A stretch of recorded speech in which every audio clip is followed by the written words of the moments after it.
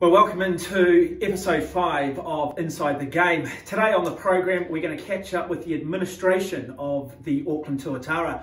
Been so much ambiguity out there in and around what is happening with the upcoming season and what is happening in regards to the signing of players. Today, we're going to ask some burning questions and hopefully we can take out a little bit of the guesswork. We'll have Regan, the General Manager, and Mr. Baseball himself, Budge.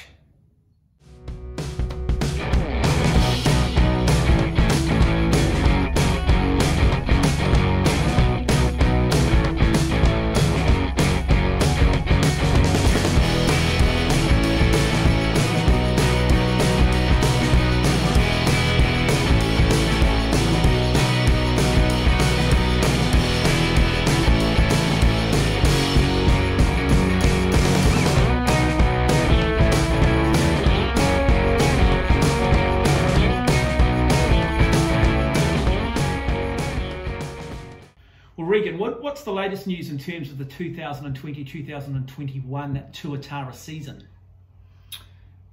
Good question. What is the latest? Look, we're still committed to being in the ABL. I think that's really, really important. And the ABL is trying to make that work. So originally we wanted everyone to come to New Zealand to show off our country. Very difficult to get teams in. It's very expensive. You know, each team would probably be in the vicinity of $150,000 to $200,000. So, you know, Brisbane and Adelaide going, how do we make this work? So, and you've also got those governments involved as well. So the ABL is trying to get us to Australia, for us to be based in Queensland or in South Australia, which are not bad spots of the world to be based. So that's what's going on at the moment. We need to understand what's the implications for the Tuatara. What does that mean for us financially? Getting players into New Zealand, Australia. The idea behind the ABL is like, well, you come to Australia and then when New Zealand opens up, we'll get you back in there in January. But you know, that in itself, everyone's sort of indicating that may not be as easy as that. So all credit to the ABL. They're trying hard to make it work for us. But there's a few hurdles we need to jump. Okay, Dale, let's just expand on that then. So what is the biggest hurdle to having the ABL in Auckland? I think just the cost, like Regan said. I mean, it's, you know, this is not a lucrative league as big as some of the other sporting contests in this part of the world. There's not the massive broadcast deal behind like an NRL competition or the All Blacks or something like that to justify being able to pay a bill in the vicinity of 150, 200k to bring a team in. This league operates on, you know, small budgets, and so when you add a cost like that on top of what we normally do, it's a pretty big expense, and you have to do that for however many teams are going to come in and quarantine here. So it's a burden for us as an organisation, and it's a massive burden for the teams based in Australia that are potentially coming across here. So look, I think everyone is pulling in the same direction. From ABL, we've been talking to them almost daily over the last few months, the other teams in the league, Sport NZ, the New Zealand government, been in dialogue with Grant Robertson's office. Everyone is wanting North Harbour Stadium. Everyone is wanting a season here, but the practicality around it is extremely challenging, and there's no villain, there's no one, you know, that we want to point fingers at or anything like that. It is COVID is the reason that we're having to look at what we can try and muster. Okay, let's have a look at Plan B though. Just assuming that it all just becomes a bit too hard, economically doesn't make sense, whether teams come here, whether the Tuatara go over there. You surely must have a Plan B, Plan C. Well, yeah, I think you're into Plan C, because Plan A was normal home and away. And look, the Sport New Zealand were very, very clear with that going, that's going to be difficult. And then, so then we bring the teams in, so that was, you know, Plan B, and now we probably have to go to Australia, which is Plan C, I guess, or Plan D. But, you know, for a moment, when you look at that hockey pitch out there, I thought we could get the juicy rentals, the motorhomes, and each player could have their own motorhome. So we do our own quarantining, because each player needed a toilet in their apartment. So I thought that was probably quite a clever idea, but you know, anyway, I'm not sure if that's going to work. But look, real terms, we need to explore getting into the ABL to make that work. We need to explore that. Then if we can't make that work, then we will need to have a look at what we're going to do for our club and what is, and it might just be we do nothing. Or we do something internally, but we need to, you know, look, the ABL, if they can sort of take care of all these things, then we're in the ABL, and let's go, because that's what it's all about. We're all competitors, and we want to compete, and we've got a pretty good lineup this year. We talk about, you know, the different options and being Plan A, Plan B, Plan C. Each one of those, Plan A had about 25 different variations on it. So we've moved through one alternative to the next as it became too difficult to make the first one work. And while we were hoping that the first one would work, we were already looking at the next, the next months. What can we do from here? What's the next best alternative to that? So, as I say, the ABL, we've been in constant dialogue with them. They've been extremely supportive, and as have the other teams. We don't want to make it sound like we're dirty on teams potentially not wanting to come to New Zealand. It's so costly. We understand. Brisbane have offered us players. They said, look, maybe you don't bring the imports in, we'll give you, players that'll, of a very good standard. So everyone's trying to keep the ship sailing in that direction, heading true north. You've mentioned the day-to-day contact with the ABL. You've also just then talked a little bit about Brisbane and typical of the other franchises within the ABL in terms of trying to make this work for the Tuatara.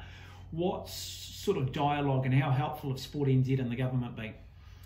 Look, they've been pretty clear with their information. They've been easy to deal with. They would like it to work. They go, look, we want this to work. We want all sport going because it's really important. But, there's 5 million people in New Zealand, so no one sport is more important than the other. From a domestic point of view, this is the misconception. When you look at, say, the cricket and the rugby, domestically everyone's excited about that. For ours is actually internationals coming in. So we're a little bit different than those other sports. But Labour government's been very clear with the instructions. Sport New Zealand's been excellent to deal with in communication, all the varying levels. And it's pretty clear what we have to do. So I don't understand why people get so confused about it. It's just difficult. What about the players that we have already contracted? They at some point must want some certainty. No question about that. So we've got in our contracts we can move stuff around, but we've got to make it work for them. So let's use Jared Walker. Look, Jared, we may not go because we can't make it work. Could be just too hard. But no one wants to admit that until the last possible moment. So let's be clear there. But I said, so if we did something internally, would you come down to New Zealand? He goes, bro, I'll come down. Whatever you think's the best for me, I'll do that. And I want to come home. And that's how he refers to, so, that's the class of Jared. But we will have to look at what that looks like. And I guess there's unknown. So to give some, I know you want some certainty around these questions at the moment. At the moment, I've got to go back to them and go, hey guys, we're going to be in Australia. I know you signed up for New Zealand, but now we're going to be in Australia. Do you still want to come? And some of them will go, yes, no, whatever it is. Some of them may become very difficult because of their relationship, wife, kids, and so forth, right? Imagine but they want to know where they're going to be quarantining. I just want to touch on that. Players like Andrew Mark, the New Zealand players who have businesses there, who do have family, the possibility of playing 4 to 6 weeks in Australia, is that discussions you've had with them? No, we haven't, because we haven't made that decision yet. So we've got to, if the ABL comes back and goes, this is what's happening, then we've got to go back to them and say, do you want to be part of it? So we've got to treat those guys as the same as you're treating Jared Walker, because all players are important. There's no sort of, from my mind, it's not like the superstars and then you come down to whatever level. So they all will be treated the same, provided the opportunity. And someone like Andrew, he may say, look, this is just too hard for me to take 6 weeks off. Okay, I just want to, while we're just talking about the players, you picked up Dylan Unsworth, the reigning ABL Pitcher of the Year, Mikey Reynolds, 2019 Hitter of the Year, as well as 7 ex-major leaguers. How big a deal was that, and did you have to throw a lot of money at them? A big deal. Well, it was pretty exciting, but it's really interesting. With COVID going on in the world, there's a lot of opportunity out there. And of course, our profile from a New Zealand point of view, I got a little high pitched there, I got a little emotional, I apologise for that. But from a New Zealand point of view, people go, yeah, that looks pretty good. There's no COVID, it's neat and tidy, there's no snakes and spiders or whatever it is. So those guys were really keen to come down. They understand that they're in, from their point of view, we're 15 minutes out of downtown. So that's almost like living downtown from their point of view. But I've got to have that conversation with them and saying, look, go to Australia, go to New Zealand, where are we at? Money, no, we're Winter League baseball. No one gets rich playing Winter League baseball. It's about the opportunity and showcasing. So we're talking with Yekatek about having a baseball cloud, having all the scouting here. So all that information can then be presented to scouts. So in other words, Dylan, he wants to get ready because he'd like to go and have a look at Asia. So we're that sort of stepping stone. And with our relationships we have with the Korean teams, Taiwanese teams, it's a good opportunity for him to come down and show his wares.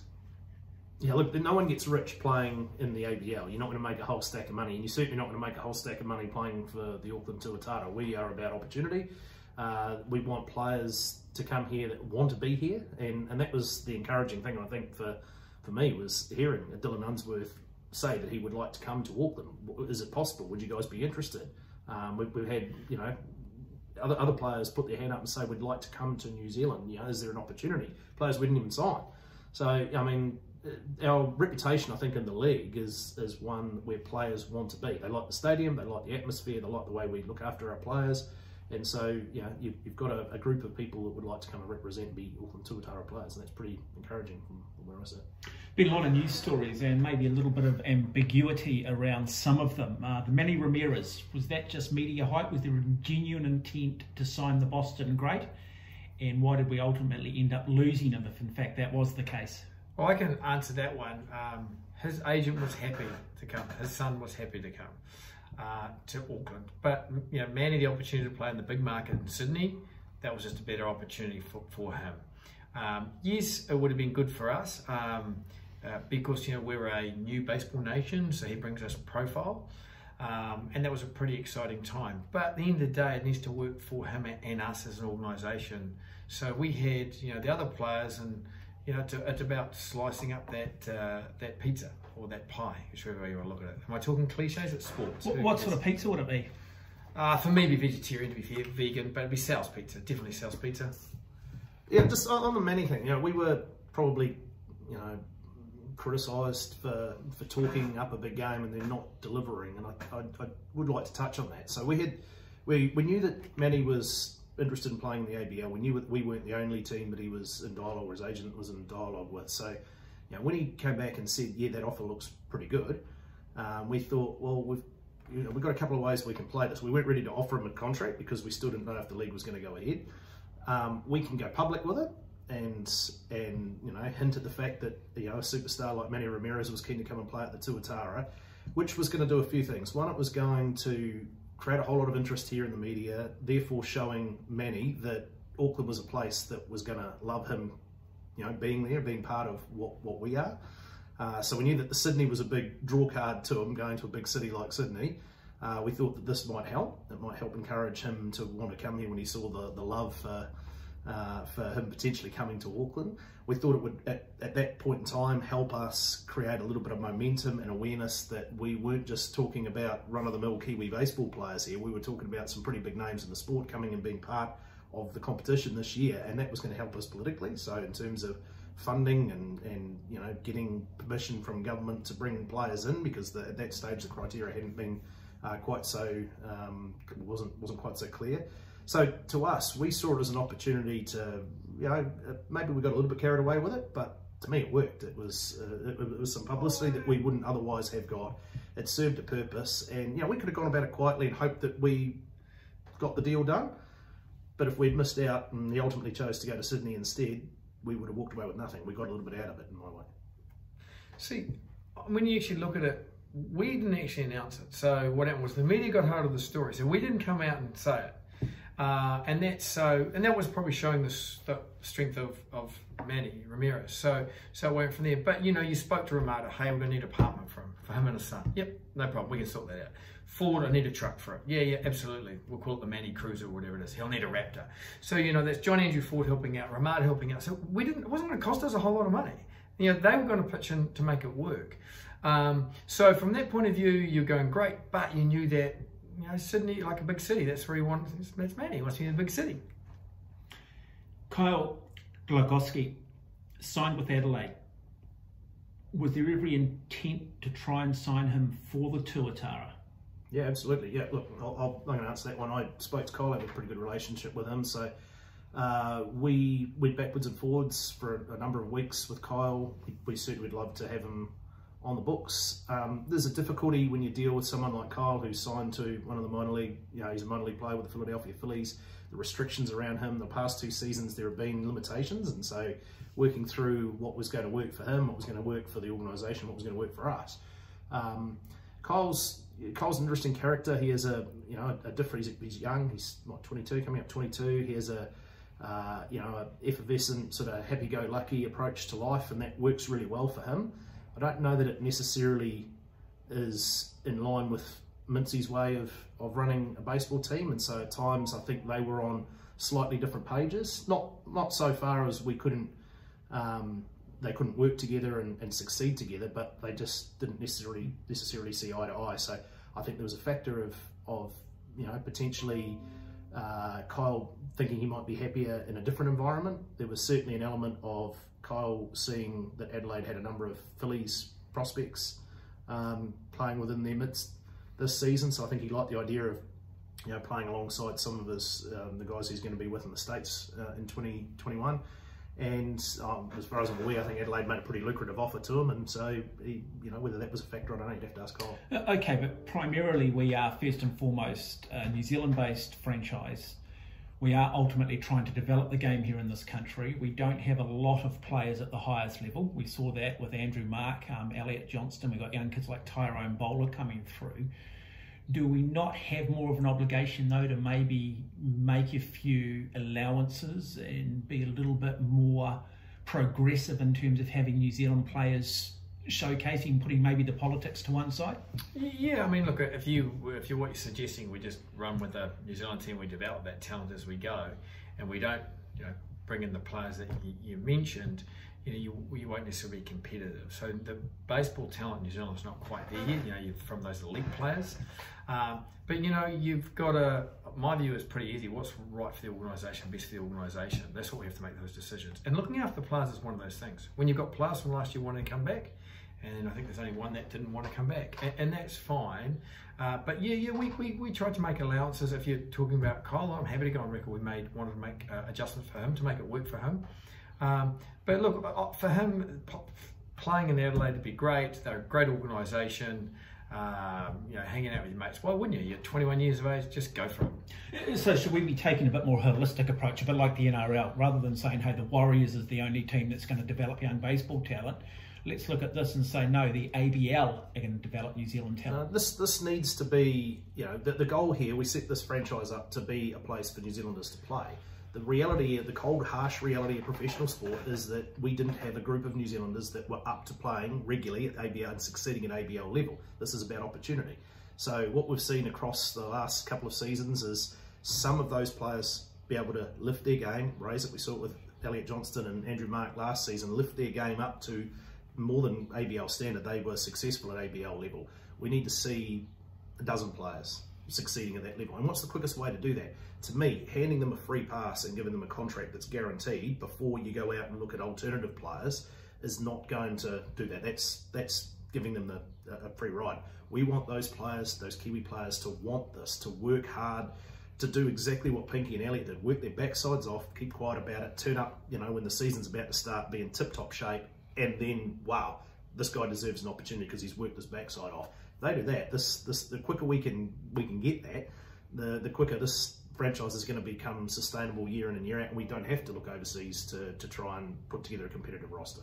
How much communication with Steve Mintz, Darren Bragg in terms of the roster?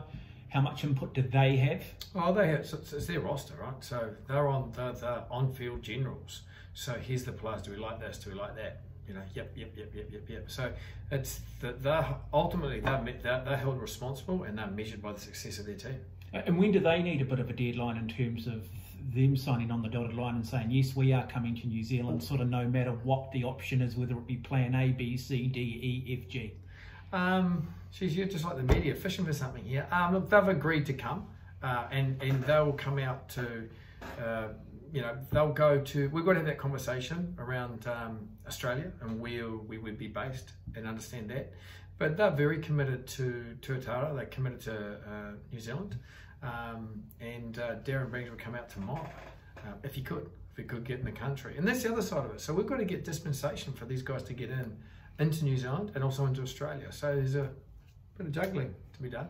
Okay, just finally then, can we sort of put any sort of timeline on when we might have a definitive decision? I mean, well, if you listen to my mate here, he wants to do it now. But I mean, we've got to, the ABL's got a whole lot of work that they have to do. But I'd imagine you're going to sort of see within the next sort of 7 to sort of 14 days a definitive decision on that. Are you going to run the Tuatara trial like you did last year? Probably not. But I think the last word is, so you're kind of going, well, would we sign a 16-year-old or an 18-year-old that shows you know, that shows what's, I guess, that tenacity, and also they need to play baseball, but that commitment, that thing, that DNA, you know, that thing that you're looking for. Would you sign one of those guys? Yeah, you'd sign one of those guys. You know, and are we looking at some of those guys? Yeah, we are looking at some of those guys. I think we've got a better feel for the standard that's here in New Zealand. We've got a better feel for the talent that's here, and have probably identified more players. Not sure that we're going to unearth a hidden gem that, you know, diamond in the rough, whatever you want to call it. I think now, if you're playing baseball in New Zealand, we're aware of who you are and what you're capable of, and so, you know, the need for a trial probably not quite so there. Yeah, it could be that we have a whole lot of New Zealanders involved, depending on what we end up doing this year. But here's the crazy thing: we could go and have a trial in Japan, and you'd get hundreds upon hundreds of Japanese players that have played at a high level, wanting to do part of it. So you've got these all interesting sort of things going on. But I mean, we've got to determine where we're actually been playing and how we do that. And then, you know, as you said, talk to Andrew Mark and say, look, he might, you know, example being, like, I run a business, Regan, I can't go across. Because we have to quarantine going into Australia. Not if you're going to New South Wales, but we're going to Queensland, which you've got to quarantine. So, yeah, I don't know. Balls in the air, eat some more Sal's pizza, I say.